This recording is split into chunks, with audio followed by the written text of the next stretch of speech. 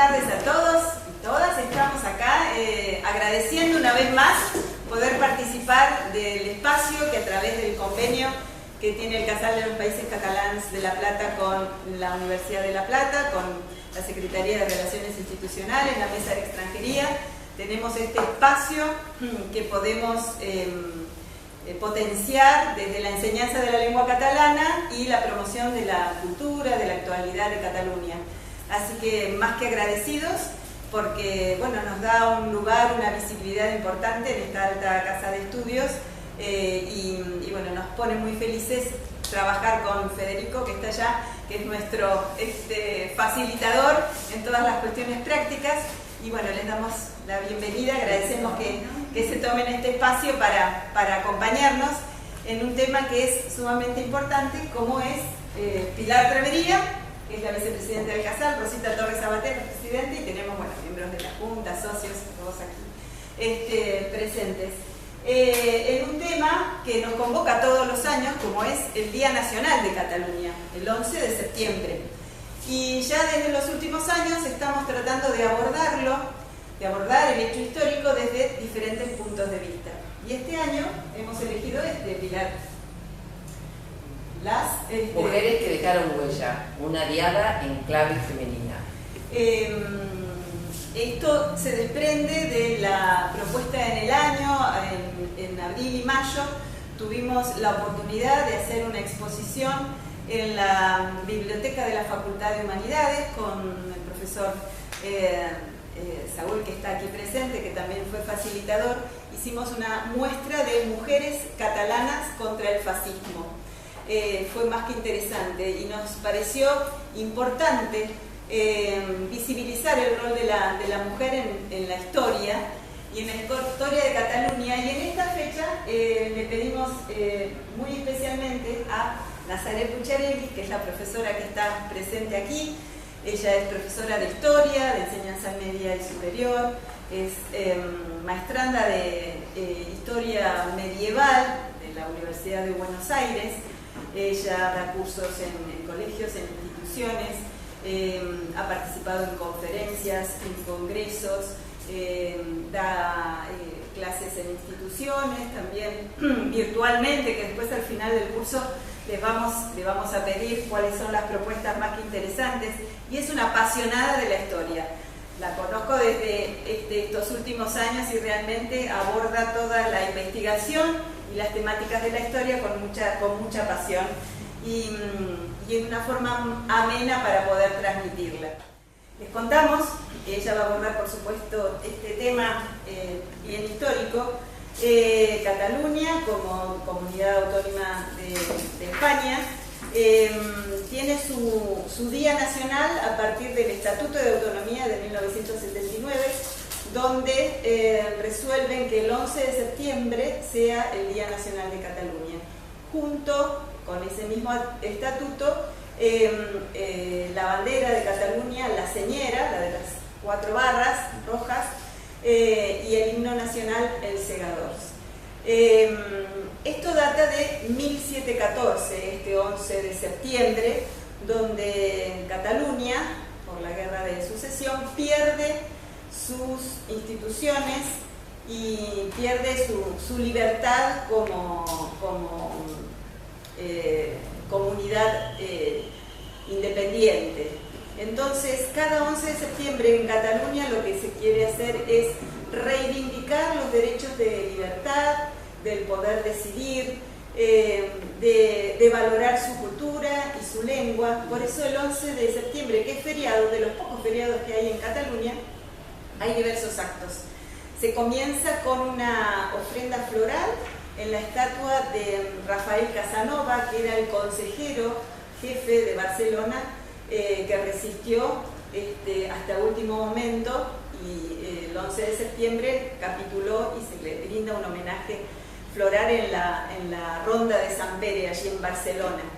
Después, más tarde, en la fosa de las Moreras, en realidad es la víspera de la noche al 11 de septiembre, en la parte lateral de la Catedral del Mar, si han escuchado nombrar esta famosa catedral. Está la Fosa de las Moreras, ahí se brinda también un homenaje a todos los caídos en 1714, en esa fecha. Y se termina este año en una gran fiesta en Montjuïc, en las columnas tan históricas de allí de Barcelona, con un mega encuentro cultural, musical de Cataluña. Y en el medio, justamente a las horas 17:14, se inicia la manifestación que desde el 2012 la Asamblea Nacional Catalana convoca en pos de esta lucha por la reivindicación del derecho a decidir que quiere Cataluña. Así que van a hacer una manifestación desde Plaza Francia hasta el Arco del Triunfo, allí también conmemorando esta diada. Así que bueno, fecha más que importante por todo esto que les cuento, y nosotros desde aquí humildemente, desde el Casal de los Países Catalanes de La Plata, nos sumamos a esta revalorización de la fecha y bueno, y buscamos diferentes maneras.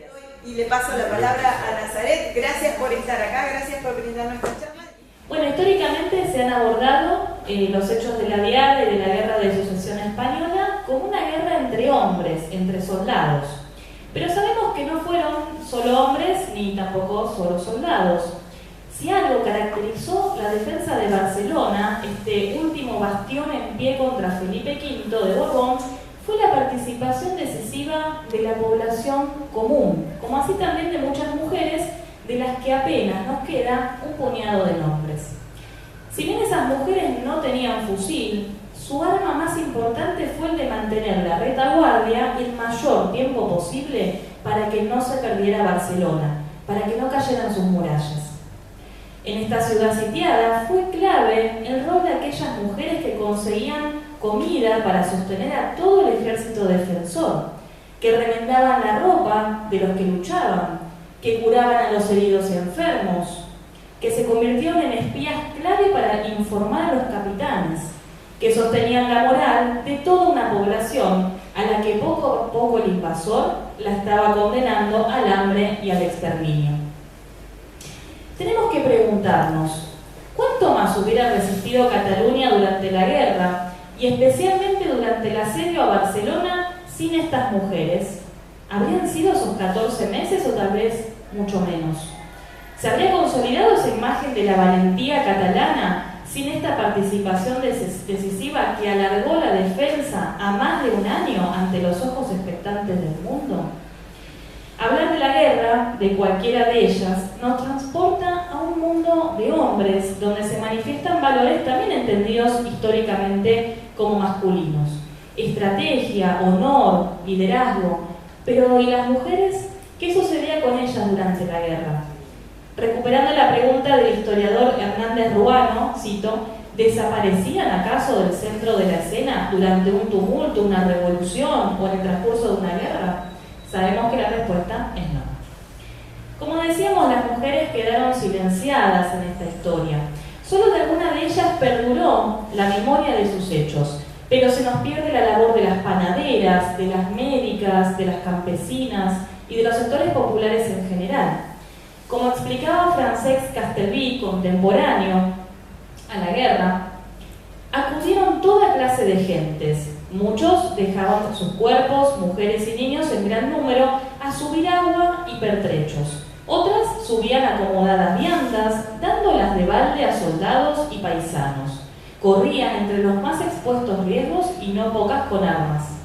En breve espacio condujeron todos los aprestos necesarios al castillo y al caer la noche en la gran cisterna solo faltaba palmo y medio de agua. Las mismas mujeres transportaban a los heridos, llevaban vendas y paños para curarles y animaban al combate a todos. Sus gritos alentaban a los hombres a despreciar los riesgos. A voces les animaban. Decíanles: gracias a Dios ha llegado el tiempo que decía San Vicente Ferrer que las mujeres llevarían calzones. Lo cierto es que fue decisiva la participación de las barcelonesas en la revuelta de septiembre de 1705 y durante los asedios de 1713 a 1714. Del primer sitio a Barcelona, entre 1705 y 1706, destacamos a Jerónima Peiró, cuyo recuerdo apenas es registrado. Luego de la invasión de los aliados a Barcelona y la decisión que los políticos y militares tenían que tomar, esta mujer apuró la rebelión. Esta vecina del Born envió a su hijo a tocar las campanas de la Basílica de Santa María del Mar para avisar a los barceloneses que se reunieran y aliaran con los austracistas. A continuación, Jerónima y la multitud a la que dirigía desarmaron la guarnición del Palau del Virrey, formado por unos 70 tercios de Castilla, y liberaron a los presos políticos de las mazmorras. Estos hechos apuraron a las autoridades barcelonesas a replegarse con el bando austracista en contra de los borbónicos. Jerónima representó la decisión popular de apoyar al bando que suponían iba a permitirles seguir ejerciendo sus libertades. El propio enviado a Cataluña de la reina Ana de Inglaterra, con quien se haría el pacto de Génova para organizar el bando austracista, observó que los catalanes eran un pueblo independiente que vivía bajo sus propias leyes y privilegios, que desearía apoyar a un rey que se comprometiera a restaurar sus antiguos derechos. Dejamos por un momento a Jerónima para traer el recuerdo de otra de las mujeres valientes de esta historia. En este caso, su memoria nos ha llegado por el mencionado Castelví en sus narraciones históricas desde el año 1700 al 1725, retomado luego por Salvador Sampere con Fin de la Nación Catalana, escrito de 1905, y Salvador Albertí, el 11 de septiembre, publicado en 1964. Nos referimos nada más y nada menos que a María Ana de Copons y de Armengol, que se dedicó durante los años de la guerra a pasar información al bando de Carlos de Austria, concretamente al coronel Salvador Leonard, que manejaba toda una red de espionaje. Esta organización de la que formaba parte María tenía funciones específicas como la de saquear los almacenes borbónicos y escribir panfletos para incitar a la sedición, además de extraer información vital. A María se la recuerda por haber hecho algo fundamental. Gracias a su pericia, había podido sacarle información clave a un coronel francés. Este le había dicho que los borbónicos habían descubierto el plan secreto para ocupar Mataró, cuartel de aprovisionamiento para el asedio de Barcelona.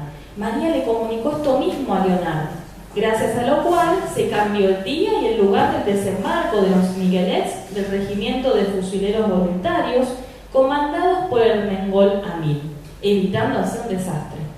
Finalmente las tropas catalanas desembarcaron en Canet y se salvaron de la trampa.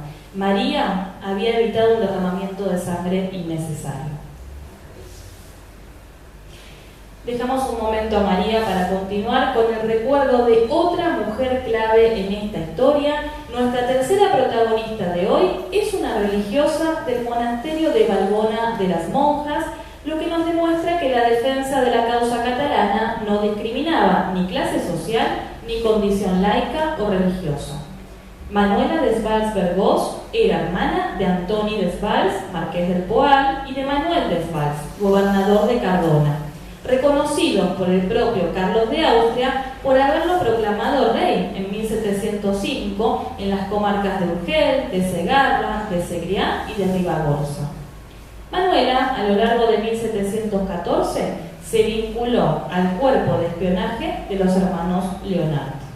Su labor era copiar todo tipo de misivas y documentos destinados a levantar los ánimos de los defensores de Barcelona, como así también trasladar información relevante.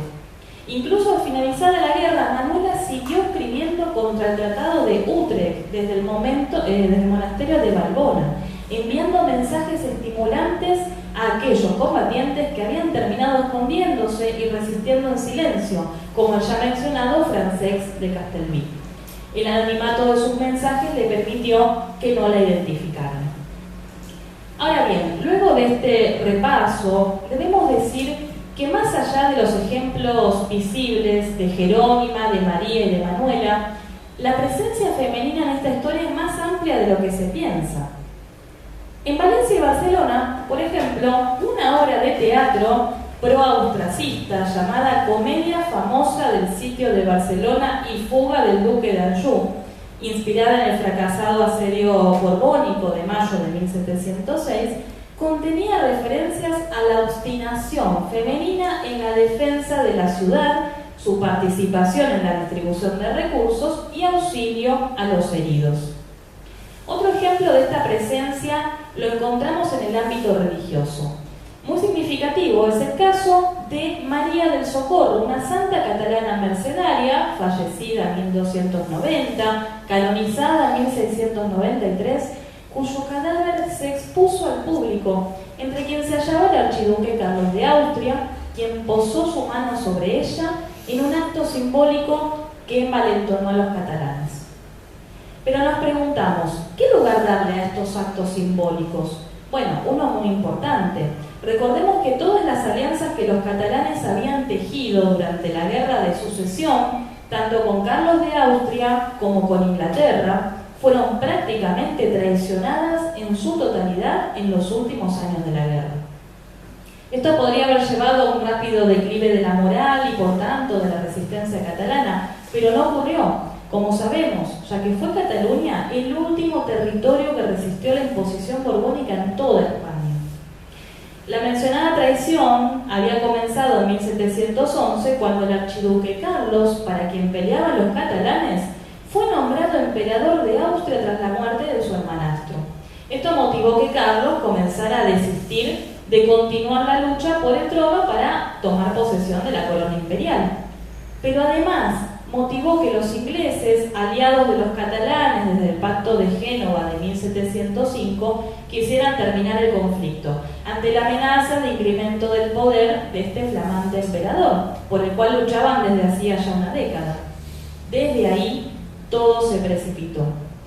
La firma del Tratado de Utrecht suponía que ingleses, holandeses y austríacos rescindían la alianza contra Francia y Felipe V a cambio de concesiones territoriales.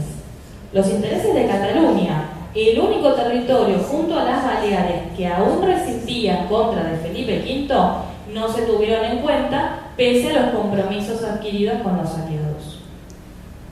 En marzo de 1713, después de la firma del tratado, se dispuso la evacuación del Principado. Pero los catalanes austracistas, aunque ya a esta altura los podríamos llamar antiborbónicos, votaron que no se irían y crearon la Junta de Brazos, que desde julio de 1713 hasta septiembre de 1714 resistiría con todo lo que estuviera a su alcance, como ya sabemos, y a pesar de la traición de los aliados. El 8 de agosto de 1714, las autoridades civiles de Barcelona, encabezadas por Rafael Casanova y sus oficiales, juraron ante la bandera de Santa Eulalia derramar su sangre en la defensa de Barcelona antes que capitular. Lo demás es historia. Una historia heroica recordada en su propia época y cuya trascendencia fue tal que valió encender esta defensa de 14 meses como uno de los momentos de mayor unión y solidaridad entre los catalanes, inmortalizando la proeza en la conmemoración del Día Nacional de Cataluña cada 11 de septiembre. Basta con leer a uno de sus contemporáneos del asedio, Vicente Bacalar, que en sus comentarios de la Guerra de España e historia de su rey Felipe V el Animoso, contó con detalle la valentía de la población sitiada. Leemos algunos pasajes significativos. Dice: dispusiéronse 3 asaltos. Antes avisó a la ciudad el duque de Berwick, compadecido de la ruina que les amenazaba. Estaban endurecidos los ánimos y lo avigoraban con sus persuasiones los eclesiásticos y frailes. Los cabos de rebeldes de Dalmao y Villarroel determinaron morir por la libertad de la patria. Decían, aunque tenían tantas brechas abiertas, que era inevitable su desgracia, sitiados por mar y por tierra. Hasta las mujeres tomaron las armas para defender sus propias casas. Más padecieron los franceses, porque atacaron lo más difícil.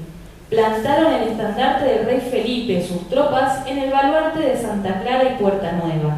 Ya estaban los franceses dentro de la ciudad, pero entonces empezaba la guerra, porque habían hecho tantas retiradas los sitiados que cada palmo de tierra costaba muchas vidas. La mayor dificultad era desencadenar las vigas y llenar los fosos, porque no tenían prontos los materiales, y de las tropas, de las casas, se impedía el trabajo. Todo se vencía a fuerza de sacrificada gente, que con el ardor de la pelea ya no daba cuartel ni la pedían los catalanes, sufriendo intrépidamente la muerte. Los conciliars de la ciudad juntaron los suyos y acometieron a los franceses, que se iban adelantando ordenados. Ambos quedaron gravemente heridos. Entonces desmayaron los defensores, pero en todas las partes de la ciudad se mantuvo la guerra por 12 continuas horas, porque todo el pueblo peleaba. Sin embargo, esta historia no termina en 1714. Debemos preguntarnos cómo fueron los años posteriores a la caída de Barcelona y del triunfo borbónico, porque allí también está la clave de su trascendencia. En el plano diplomático, la guerra no había finalizado formalmente.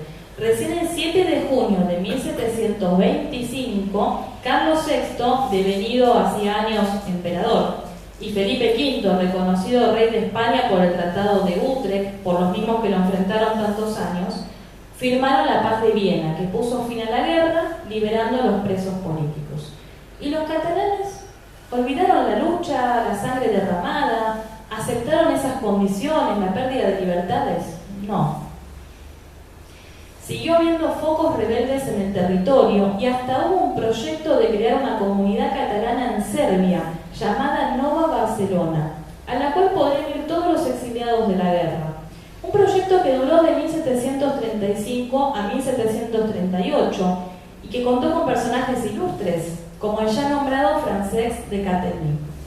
Una epidemia de peste, la avanzada edad de los exiliados y el mal clima de la zona impidieron la prosperidad del proyecto. La actual ciudad serbia de Zrenjanin tiene la particularidad de haber tenido este origen que la relaciona con Cataluña, y en la cual quedan numerosos restos de estos hechos. ¿Y qué pasó con nuestras protagonistas de hoy? ¿Qué pasó con Jerónima Peiró, la que motivó a las autoridades a apoyar al bando ostracista? María de Copons, quien transmitió información vital en esa red de espionaje y evitó un baño de sangre. Y Manuela Desvalls, la monja que escribió panfletos incendiarios para mantener la lucha de los catalanes incluso después de la guerra. La realidad es que vivieron lo suficiente para saber, amargamente, que ellas y sus compañeros de lucha tenían razón, que los Borbones habían llegado para centralizarlo todo. Vieron cómo el idioma catalán había desaparecido de la vida pública y debieron hablarlo en secreto como si estuviera mal. Sobre todo, vieron cómo su nuevo rol, ganado en medio de esa coyuntura tan extrema, se apagó en favor de volverlas a identificar con el estereotipo femenino que históricamente se había diseñado para ellas. Tras la guerra, la familia de Manuela Desvalls volvió a Cardona y resistieron en el castillo. Con la imposición de los decretos de nueva planta, sus bienes fueron secuestrados por la administración de Felipe V, por lo que debieron exiliarse a Viena. Pero Manuela, como decíamos, se quedó en el monasterio, siguiendo su labor clandestina para levantar la moral de los resistentes, hasta que murió en 1743, 3 años antes del final del reinado de su enemigo Felipe V. María de Copons vivió soportando los 45 años de reinado de Felipe V y 11 años más del reinado de su sucesor Fernando VI. Tras la guerra, para salvarse, debió casarse con un militar borbónico, así que vivió rodeada de filipistas hasta el final, paradoja que no minimizó sus acciones heroicas durante esta larga guerra. Cuando hizo su gran contribución a la causa, ese enero de 1714, María tenía 27 años y vivía en una Cataluña llena de tradiciones, con idioma propio, con sus fueros, su administración. Antes de morir en absoluta pobreza, en 1757, a sus 70 años, alquilando una casa en la calle Sant Domènec de Barcelona, ni siquiera podía hablar el catalán libremente en la calle. La vida de estas mujeres, a través de las cuales vimos leemos la propia vida de Cataluña de esos años, nos lleva a una profunda reflexión. El borrado de su memoria, como también el borrado de las libertades catalanas, parecen ir en paralelo. Sin embargo, también fueron a la par la creación de un antecedente de lucha colectiva y de un protagonismo notable de las mujeres, que no se perderá en el olvido, sino que continuará y se transmutará en sucesos venideros. En efecto, lo ocurrido aquel fatídico día 11 de septiembre de 1714 puede ser entendido como un punto de llegada, una culminación de una larga lucha entre catalanes y borbónicos. Un enfrentamiento que no fue más que una defensa de las tradiciones, de las leyes, de la cultura, que los catalanes veían peligrar con la asunción del nuevo rey Felipe V. Pero, ¿y si en realidad podemos entender la diada como un punto de partida? Un comienzo para un pueblo que había ganado algo en medio de esa batalla perdida, un afianzamiento identitario, logrado gracias a la lucha común, que no se volvería a perder y que se mantiene hasta el día de hoy. Más cosas se ganaron después de 1714, algo que la historiografía no reivindica lo suficiente. El papel protagónico de aquellas mujeres que defendieron Cataluña en medio de la guerra. Esa lucha mancomunada, esa ganancia colectiva, no cayó en el olvido. La vemos resurgir en momentos acuciantes, reflejadas en luchas muy posteriores, como el de las catalanas que lucharon en el frente durante la Guerra Civil Española. Entre el inicio de la Guerra de Sucesión Española y el inicio de la Guerra Civil pasaron 233 años. Y si bien las circunstancias eran otras, los motivos para pelear también eran diferentes, lo cierto es que las mujeres catalanas habían sido consecuentes en la defensa de aquello que creían justo. Y su valentía merece la eternidad de su recuerdo y reivindicación permanente, borrándose las distancias históricas y advirtiendo que lo importante es entender la lucha de las mujeres catalanas como una continuidad, y que si bien cambian las motivaciones de las luchas, la valentía en defender su identidad seguirá estando intacta con el paso del tiempo. Muchas gracias.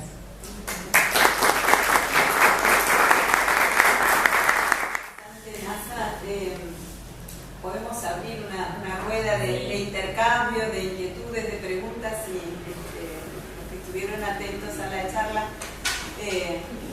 podemos hacer. Me hacía acordar un poco, nosotros que estudiamos acá las invasiones inglesas, esa manera de responder en forma colectiva, ¿no? Como estudiamos acá en 1806, 1807, ¿no? Que salió el pueblo a la calle, niños, mujeres, todos a defender, ¿no? Ese mismo espíritu. Y que había muchos catalanes también en nuestro territorio también, que a lo mejor hemos tomado ese espíritu también, ¿no? De defensa colectiva. Sí, está muy interesante esa comparación porque tiene que ver con expulsar a un invasor, ¿no? En ambos casos, y tiene que ver con una solidaridad grupal, o colectiva, mejor dicho, ¿no? Que no se hubiera dado tal vez en otras circunstancias, ¿no? Apoyando ejércitos regulares, pero se notaba mucho la idea de mancomunidad, ¿no? Y efectivamente los catalanes acá participaron también muchísimo con la defensa, sí. ¿Qué duración tuvo? Como 30 años, ¿no? Sí, no, la guerra duró, desde 1703, más o menos, hasta 1713 con el Tratado de Utrecht, pero lo que sería la parte formal de determinar, bueno, acá terminamos 1725, sí, en realidad tiene una duración muy larga, pero bueno, en los hechos ya había terminado lo que es el fuego, digamos, ya había ganado. Ahora, vos quisiste rescatar el papel de la mujer, ¿no? Sí. ¿Vos has estudiado su papel de la mujer en todas las guerras? No, me dediqué específicamente a Cataluña para ver acá donde, en nuestro caso, digamos, qué es lo que estaba pasando. Sí. No, porque yo pensaba, yo por otra parte, yo soy historiador también, trabajo con cosas vinculadas a la mujer, ¿no? Y me parece que también la mujer tiene una actividad, un rol importante en todas las guerras. Cuando hay guerras, el violador lo primero. Y se moviliza también el tema de la guerra para el cuidado de la salud, de la niñez. La guerra civil española, la ropa, la higiene, la búsqueda, los campesinos, quedaban las mujeres en los campos y los hombres estaban en la guerra parece que las mujeres eran las que quedaban en los campos. Claro, si no, nadie comía, ¿cómo se hacía? No, y en esta guerra particular, por eso también me interesó el tema que me proponían acá del Casal.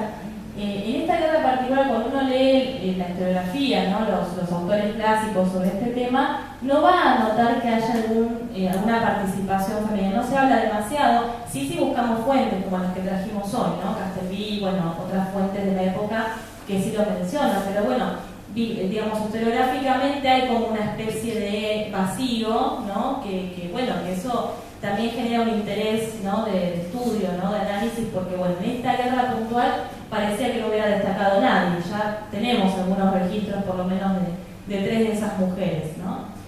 También dependía mucho de la clase social, la verdad. O sea, no vamos a tener mucha información de tal vez una panadera que ha trabajado tanto, ¿no?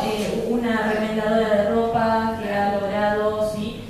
Se nos escapa todo eso y tenemos por ahí a mujeres más encumbradas socialmente que aparecen en el listado, ¿no? Tenemos una monja que tiene una buena posición, ¿no? Eso también depende un poco de la clase social para entender por qué hay una memoria de esa mujer, ¿no? Pero lamentablemente se nos escapa, ¿no? A nivel anónimo hay un montón de mujeres que no están, ¿no? El caso de Ana, de María, es tremendo, que tuvo que casarse con un oficial filipinista. O sea, hay como un devenir ahí que es de larga duración, que está bueno analizar también, que no nos quedemos solo con la guerra, sino bueno, después qué fue pasando con ella, ¿no? Hasta donde nos den los datos históricos. Después hay mucha especulación, obviamente, bueno, pero sí, es muy interesante. Y después hay otras guerras, siguiendo con lo que me comentaban. Por ejemplo, la Guerra Civil Española, claramente ahí tenemos mujeres muy destacadas, que ahí sí se las puede registrar, ahí sí, porque obviamente son hechos más cercanos en el tiempo, y realmente han destacado con un rol que no estaban teniendo. O sea, la República les había dado ese rol mucho más presente en la sociedad, pero claro, la mujer con fusil llamaba mucho la atención, así que hay muchísima información sobre mujeres en la Guerra Civil Española. Pero bueno, guerras mucho más atrás en el tiempo se escapan bastante. La historiografía catalana actual, sí. ¿las reivindica estas mujeres? Sí, hay información sobre ellas. Hay una autora que me había pasado, Rosita, que había escrito un libro, sí. No recuerdo el nombre. No recuerdo de una periodista que había escrito una obra en el 2012 que, bueno, analiza estos hechos, trae fuentes, algunas, pero no hay demasiado. Es complicado conseguir información realmente sobre estas mujeres. Está como medio ahí perdido, ¿no? Hay algunos nombres, pero se dificulta. Hay una frase que siempre cito que me gusta, que dice: tenemos que utilizar la historia más como resorte y no como sofá. O sea, no quedarnos dormidos en la historia, sino que nos impulse para entender las cosas de hoy, ¿no? Porque cuestiones que, no sé, representan siglos atrás son importantes hoy. Eso es muy importante también, ¿no? Que es lo que nos quiere mostrar. Y humanizar la historia, ¿no? Porque uno a veces piensa en hechos, en cosas fácticas, en datos, en números, en estadísticas. Y acá son personas que derramaron sangre en esta guerra. Son mujeres que por ahí nadie las ha tomado en cuenta en esta documentación y quedaron en el olvido. Y por ahí humanizar la historia, ver que son personas que han hecho su sacrificio en su momento, bueno, eso es humanizarla. Y sobre todo los sectores que por ahí no saltan a la luz, ¿no? Gente encumbrada, que uno tiene más documentación porque sabía leer y escribir, porque nos dejó su testimonio. Esa es la historia de los grandes hechos, ¿no? Como siempre la historiografía ha priorizado. Pero bueno, hace mucho tiempo para acá se está revisando todo en favor de lo que es los sectores más populares, de la historia cotidiana, ¿no? La historia desde abajo se llama, pero tiene que ver con esta mirada también, ¿no? Y son miradas que van cambiando, eso es muy interesante. Hay que destacar, ¿no?, que esta fecha, comparando otras fechas de otros países, es justamente la fecha de una derrota, en la que se conmemora. Que en general no es así, es la fecha de un logro, la fecha de un triunfo, y esto es una derrota. Y bueno, por eso decíamos, y ahí el resorte que me hizo acordar, este resorte de este espíritu de reivindicar todo el proceso catalán, su historia, su lengua, su cultura. Sí, entender, claro, esa resistencia como un punto de partida, no como el final de algo, como que bueno, hasta acá llegamos, perdimos y se acabó todo. No, en realidad es como que también rastrear un poquito qué es lo que quedó, porque no se ha perdido en el olvido y ha quedado toda una mística alrededor de la defensa, ¿sí? Que después la Renaixença en el siglo XIX va a retomar con todo. De hecho ahí es el momento en donde se crean los símbolos más importantes de Cataluña, ¿sí? El himno con el segador, bueno, todo eso se crea también mirando para atrás, justamente utilizando la historia como resorte, porque si no es lo que pasó y ya está, pero no, se lo reutiliza, ¿no? Lo cierto es que Cataluña como identidad que se había forjado ya desde hace muchísimo tiempo, es correcto no llamarlo nación, porque esto es un tópico que se utiliza después de la Revolución Francesa en realidad, y hablamos de Estados-nación, formaciones nacionales y demás, pero obviamente está todo sembrado como para que esto después se empezara a retomar. Lo cierto es que Cataluña había formado parte antes de otra entidad que es la Corona de Aragón, ¿sí? Entonces hay todo en el medioevo, en la Edad Moderna, hasta los reyes católicos, obviamente cómo se va siguiendo la centralización, especialmente no con los reyes católicos, sino con Felipe V, podemos decir que ahí es donde se establece mejor el sistema. Hay toda una tradición que se va recogiendo que viene desde la unión con Aragón y bueno, después se va convirtiendo o transformando, ¿no? Pero claro, toda esta parte identitaria queda, justamente, se va sembrando y en el siglo XIX es donde se le da forma, digamos, ¿no? Donde aparece esta idea. Después tenemos los estatutos de autonomía que van estableciendo, ¿sí?, cuáles son las diferentes cuestiones que atañen al territorio. Entonces, esto le está dando como una impronta mucho mayor. De hecho, Cataluña abre el camino al resto de los estatutos de autonomía de la península. O sea, después tenemos el estatuto bajo, el gallego y sigue, ¿sí? Después hay varios tipos de estatutos, está el del 32, después tenemos todo el problema, ¿no?, bueno, obviamente el franquismo, que esto anula todo esto, y después ya con la recuperación democrática, la transición, ahí se establece un estatuto más definitivo que sigue teniendo sus reformas desde ya, ¿no? El caso de España es muy interesante por lo siguiente, porque es un intento de Estado fallido. Cuando en Francia, en esa misma época y mucho antes, la centralización había ocurrido lingüísticamente, culturalmente, etc. Por ejemplo, desde lo lingüístico en Francia es mucho más notorio porque se abandonan estas lenguas que había en el territorio, como por ejemplo, no sé, puede ser el lemosino, el provenzal, bueno, se van abandonando y se empieza a dar el francés parisino. ¿Sí? Es un típico ejemplo de centralización estatal exitosa en el caso de Francia, visto desde el Estado centralizado. En el caso de España esto no termina de pasar, de hecho al día de hoy no ha pasado. No hay un Estado español como uno lo puede entender, exitoso desde esa mirada, ¿no? Como Francia, por ejemplo, ¿no?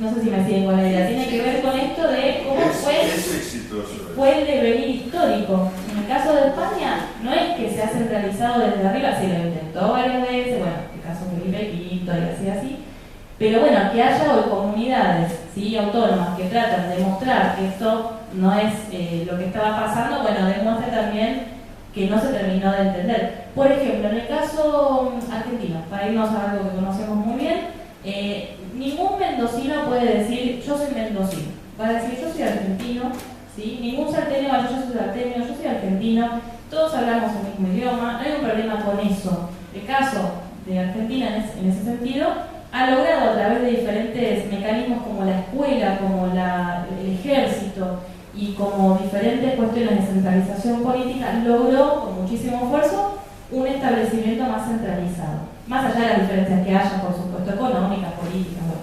Pero me siguen con la idea, ¿no? Es un caso que claramente es exitoso desde el Estado, desde el punto de vista de un Estado. Francia, lo mismo. Ahora, España no.